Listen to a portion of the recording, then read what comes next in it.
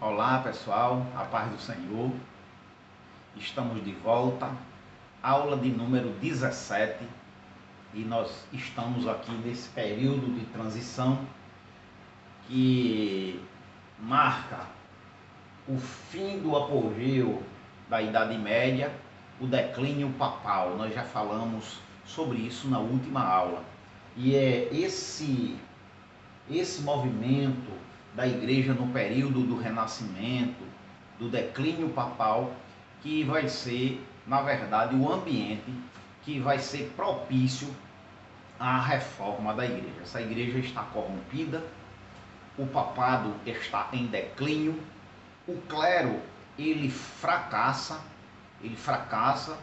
diante de Deus e diante da sociedade. O celibato leva os padres a tomarem para si concubinas. A gente falou sobre o celibato instituído por Gregório VII. Esses padres eles vão tomar concubinas, vão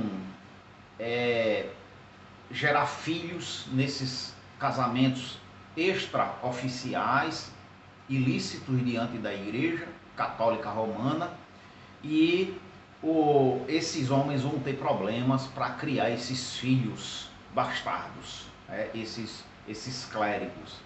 E o que vai acontecer vai gerar problemas para os padres conciliarem as atividades eclesiásticas e a educação desses filhos bastardos. Quando isso não aconteceu, quando os padres não tomaram para si concubinas e tiveram famílias bastardas, eles se entregaram à luxúria, e aí algo ainda pior, porque a decadência moral do clero vai trazer esse declínio ao papado, à igreja. Além disso, um outro fato que vai trazer declínio ao papado é o que a gente chama de impostos papais. Eram muitos impostos cobrados para a sociedade. O papado ele vivia da renda das propriedades papais, aquelas rendas que a gente já falou aqui nas guerras, onde a Igreja Católica apoiou.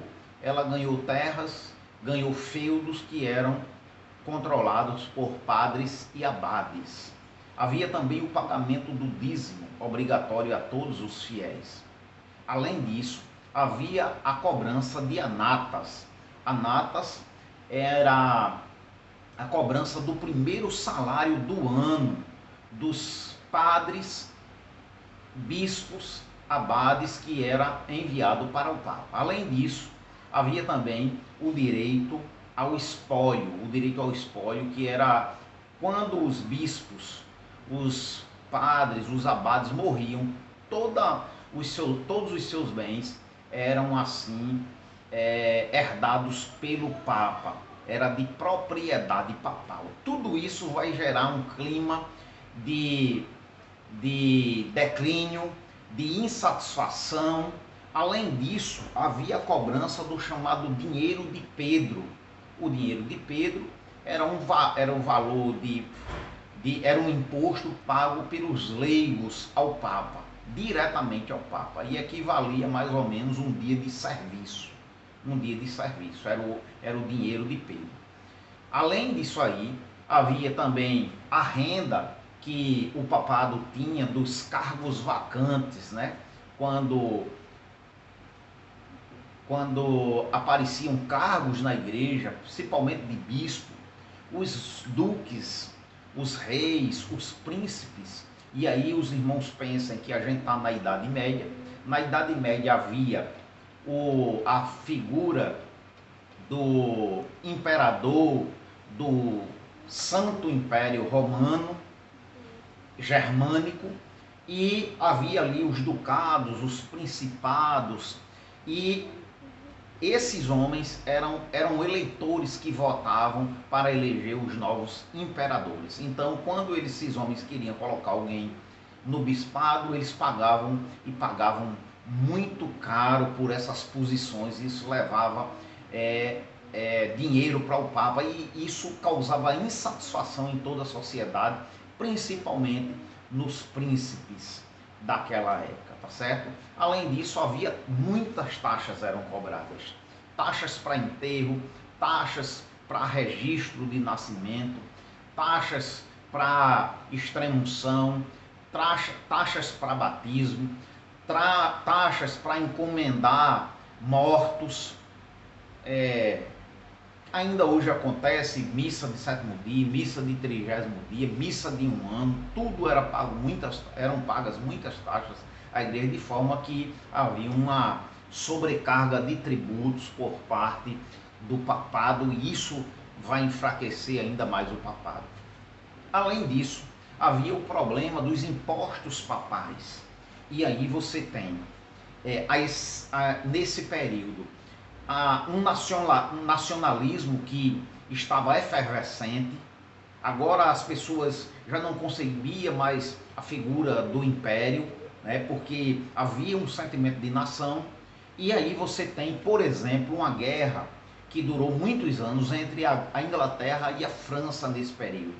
E aí os irmãos imaginem uma igreja que estava com a sua corte em Avignon, na França, que estava sob o domínio de Filipe o Belo, e a gente viu isso aqui com Clemente V, se eu não me engano, e a gente vai ver o dinheiro dos impostos papais saindo da Inglaterra para ir para a França. Isso causava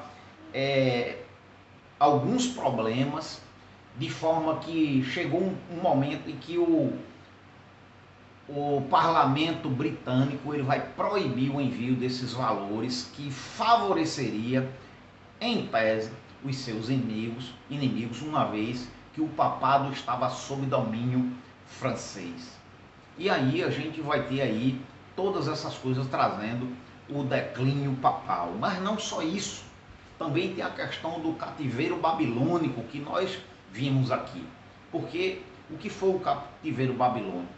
Foi quando Filipe o Belo ele impõe a Clemente V, o Papa de então, que ele transfira a corte para Avignon, um território que tecnicamente era da França.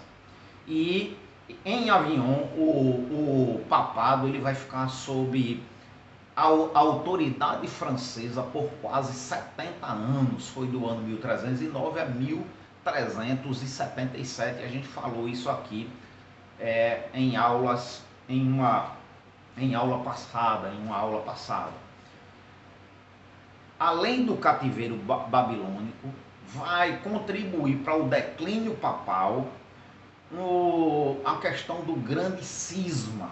E quando eu falo em grande cisma, eu queria que os irmãos não confundissem com o cisma de 1054, que dividiu a igreja em igreja do Oriente e igreja do Ocidente, ou a igreja ortodoxa, né?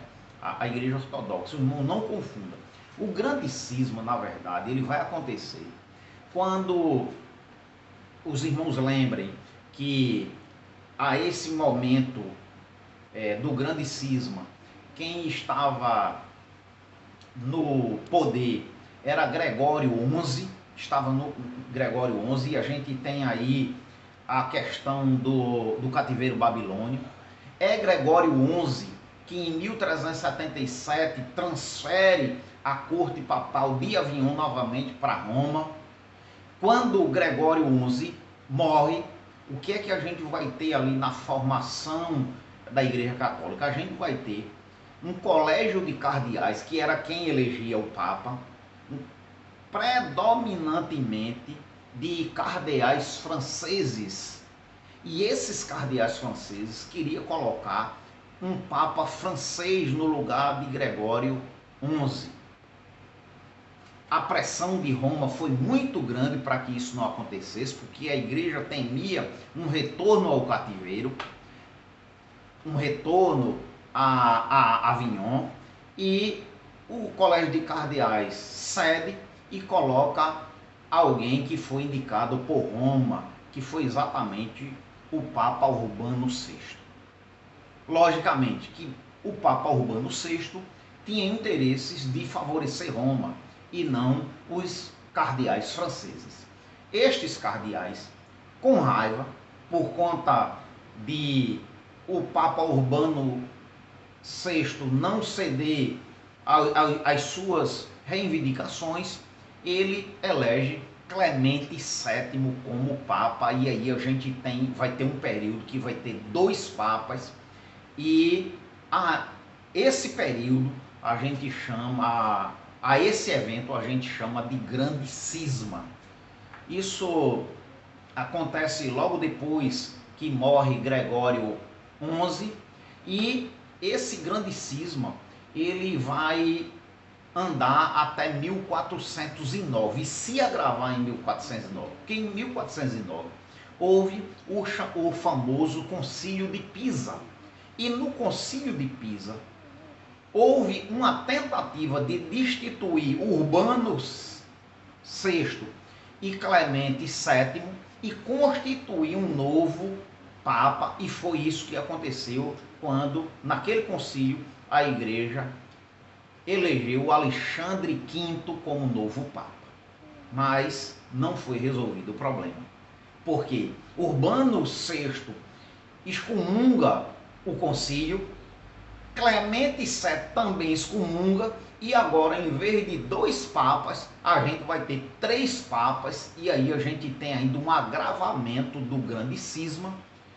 Cisma este que só vai ser resolvido no Concílio de Constança, que aconteceu entre os anos 1414 e 1418. Ao final desse concílio, um dos papas, ele renuncia, o outro e os outros 2 são depostos, e aí o Concílio de Constança elege um novo papa, pondo assim fim ao Grande Cisma, tá certo? Mas isso vai ainda contribuir para um declínio ainda maior do papado e da hegemonia da Igreja cristã. Além disso, a gente vai ter aí, eu já citei, a questão do surgimento das nações-estados. A gente vai ter as nações-estados da França, da Inglaterra, da Espanha sendo formada. Um sentimento nacionalista começa a se apoderar das pessoas, de forma que as pessoas se opunham àquela ideia de um império. Esses sentimentos nacionalistas vão enfraquecer a estrutura do Santo Império Romano, ok? Então isso aí é um grande problema para o declínio, e a gente está aqui nesse período da Igreja no Renascimento. O Renascimento foi um movimento que mexeu com muitas áreas políticas, política, econômica, religiosa, e ele vai aparecer exatamente nesse período de enfraquecimento da Igreja Católica, que a gente estava falando aqui, desse declínio do papado e, consequentemente, da Igreja, tá certo? É o Renascimento que vai marcar a transição entre a Idade Média e a Idade Moderna. Agora, o pensamento renascentista, ele vai trazer à tona a questão da razão. Agora, a razão não vai ter menos importância do que a fé, mas a fé vai ter tanta importância quanto a razão. E aí os irmãos lembrem que a gente vai falar que é isso que vai trazer o escolasticismo, essa ideia de racionalizar a fé, ok? Então a gente vai ter isso aí. O que é que vai acontecer? As pessoas vão começar a exercer a sua capacidade de questionar o mundo. Agora o homem dava vazão a um dom concedido por Deus, que era o dom da racionalidade. Era isso que apregoava o Renascimento.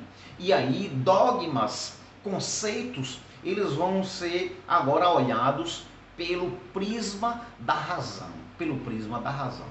E aí é quando a gente vai ter uma quebra de centralidade. Antes a gente tinha, na Idade Média, a gente tinha aí uma concepção teocentrista, ou predominantemente a gente tinha o teocentrismo, era o pensamento de que Deus estava no centro de todas as coisas. Agora, com o renascimento, a gente vai ter o antropocentrismo, que é o homem no centro de todas as coisas. E eles ainda acham base bíblica para explicar essa mudança de pensamento. Por quê?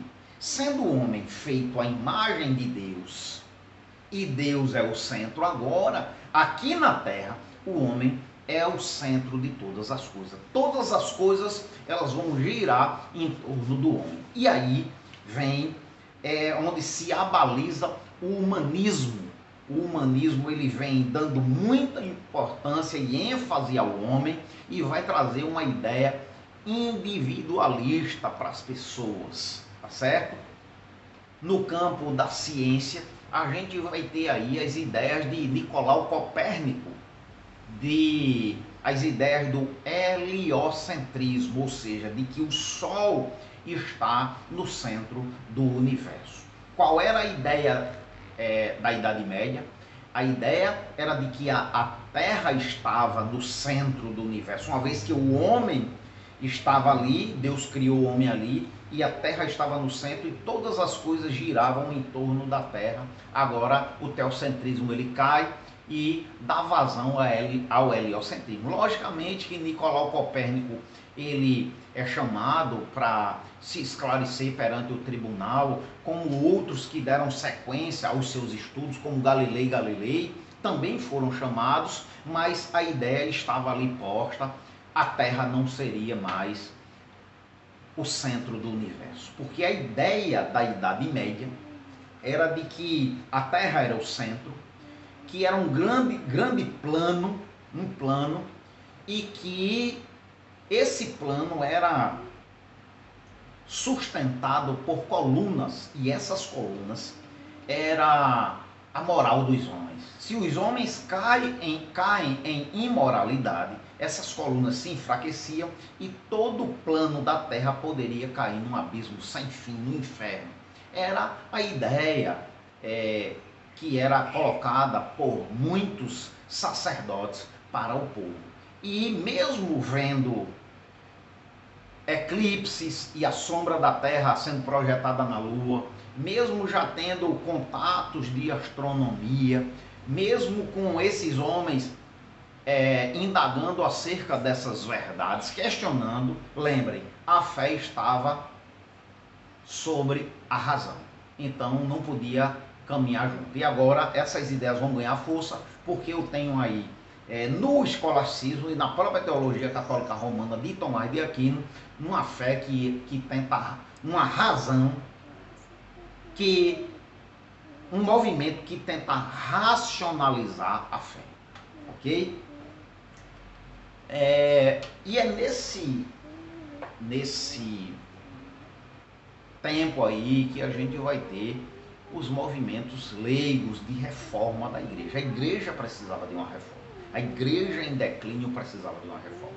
E aí a gente vai ter alguns movimentos leigos de reforma, como os albingenses, que estiveram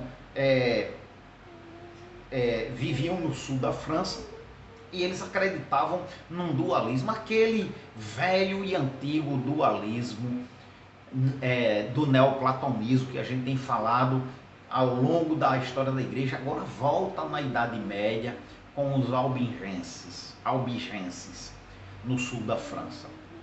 O que é que eles acreditavam? Que havia um Deus bom e um Deus mau. O Deus bom, como o Espírito é bom, criou o Espírito, e o Deus mau criou a terra. E esses homens, eles passam a pregar um ascetismo exacerbado, inclusive proibindo o casamento, proibindo várias outras práticas, tudo aquilo que eles acreditavam como se fosse obra da carne, eles repudiavam. Isso foi um movimento de reforma que se acabou naturalmente lá ainda na Idade Média. Depois dele vieram os valdenses. Os valdenses, eles aparecem com Pedro Valdo. Pedro Valdo era um homem rico. Esse homem leu o Novo Testamento todinho e ele ficou impressionado. E o que é que ele fez? Ele abandonou os seus bens e passou a viver uma vida de pobreza total, organizando um grupo chamado Pobres de Espírito. E esse pobre de espírito está lá em Mateus 5, né? É um retorno ao ebionismo clássico lá do segundo século, do primeiro e do segundo século, ok? Esses homens viviam também em total ascetismo e proibia o casamento e tudo quanto era prática carnal. Um outro movimento leigo de reforma, que vai aparecer nesse período aqui da igreja do Renascimento, são os joaquimitas escatológicos. Esses aí pensavam no Pai, o Pai, né, Deus Pai, reinando, né, e coordenando a igreja até os dias de Paulo. Depois o Deus Filho reinando na igreja dos dias de Paulo até o ano 1260, quando depois de um domínio do anticristo, viria a era do Espírito. E por isso eles eram chamados de joaquimitas escatológicos. Joaquim foi o idealizador dessa heresia, tá certo? Eu queria, por fim, falar sobre dois dos pré-reformadores, bem rapidamente, falar sobre dois dos pré-reformadores, e para que na próxima aula a gente inicie a nossa conversa aí sobre a reforma protestante, que para mim é o tema mais fascinante de toda a história do cristianismo, ok? Depois, logicamente, lá da igreja apostólica, que é bíblica e, portanto, merece toda a nossa consideração e atenção, porque trata-se de escritos sagrados. O primeiro grande reformador, e por isso ele é chamado de estrela d'alva da reforma, porque, lembre, a estrela d'alva é aquela primeira estrela que aparece lá da manhã, né? É a estrela da manhã, aquela estrela que a gente vê lá, né? Que na verdade é um planeta, não tem luz própria, e era chamado de estrela d'alva da reforma porque foi o primeiro. John Wycliffe, ele nasce no ano 1328 em Londres. Ele estuda em Oxford, ele era mestre em debates, ele chega ao grau de doutor em teologia, e esse homem ele vai escrever coisas que vai trazer essa necessidade de reforma dentro da Igreja Católica Romana. E em uma de suas obras, ele vai exigir em uma das suas obras uma base moral para a escolha de clérigos. E lembrem os irmãos que os clérigos estavam agora dados às relações ilícitas e à luxúria, e esse homem vai combater pedindo que houvesse uma base moral para a escolha de clérigos. Mas não só isso, que os clérigos, além disso, eram indicados por grandes somas de dinheiro pelos príncipes e duques, ok? Em 1382, John Wycliffe, ele vai atacar a própria autoridade do Papa, dizendo, dentre outras coisas, que o Papa é apenas um homem, sujeito ao pecado como qualquer um outro. E os irmãos lembrem da máxima lá de Gregório VII, que dizia que o Papa era infalível. E isso, irmãos, essa doutrina católica, ela ainda hoje, ela começou a ser abalada com o Bento XVI, porque até o Bento XVI, o Papa, ele é considerado infalível. E isso só foi abalado porque o Papa Bento XVI, ele admitiu que errou. E quando ele admite que errou, ele estremece toda a teologia da infalibilidade papal, ok? ainda em 1382, esse homem vai dizer que não é o Papa o chefe da igreja, mas Cristo é o chefe da igreja, ele é que é o cabeça. E ainda em 1382, ele vai dizer que a Bíblia e não a igreja era autoridade para os cristãos, uma vez que ela traz em si toda a revelação de Deus para o homem e ela não necessita de dogmas e estabelecidos por homens, ok? E aí os irmãos pensem que a teologia católica, para a teologia católica, tudo aquilo que está escrito é a palavra de Deus, mas também tudo aquilo que sai da boca do Papa e que vem dos concílios também é palavra de Deus. E João Wycliffe, ele vai contestar tudo isso, trazendo para si perseguições, pelo menos 2 idas a tribunais religiosos para responder sobre as suas ideias, e ele vai morrer defendendo as ideias. Eu não poderia deixar de falar que João Wycliffe, ele em 1832, ele terminou a tradução do Novo Testamento a partir da Vulgata Latina de Jerônimo. Ele pega a Vulgata Latina de Jerônimo e ele vai traduzir para o seu vernáculo, para o inglês, a tradução do Novo Testamento. Além disso, esse homem vai bater muito forte na chamada doutrina da transubstanciação. O que era isso? Era aquela doutrina que ensinava que na ceia, embora a aparência do pão e do vinho continuasse a mesma, havia ali uma transubstanciação. Ali o corpo e o sangue de Cristo estaria sendo aquele pão seria transformado no corpo e o sangue de Cristo. Essa doutrina da transubstanciação, e esse homem, ele vai trazer uma doutrina diferente, que não era o corpo de Cristo, né, que estava ali sendo transformado no momento da ceia, né? Que o pão não se transformava no corpo de Cristo, nem o sangue, nem o vinho no seu sangue, mas que ali havia Cristo espiritualmente nos elementos da ceia. Essa doutrina de João Wycliffe, ela é defendida por todas as igrejas de teologia reformada até os dias atuais. Nos elementos da ceia, Cristo está espiritualmente presente. Essa é a ideia, era a ideia de João Wycliffe, essa é a ideia que ainda hoje rege as igrejas reformadas. Esse homem, ele cria o grupo dos Lombardos. Ele morre infartado em 1384, mas ele deixa seguidores. Muitos lombardos, né, jovens lombardos dali do norte da Alemanha, eles vão para estudar em Londres.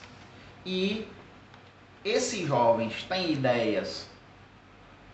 têm contato com as ideias de Wycliffe e traz essas ideias para o norte, para a região da Lombardia, e essas ideias vão trazer luz à mente de um outro homem que a gente vai falar logo na próxima aula, e esse homem se chama João Hus, o chamado ganso da reforma, e daqui a pouquinho, no próximo vídeo, eu vou lhe dizer porque ele é o ganso da reforma. Que Deus te abençoe, em nome de Jesus, e até lá.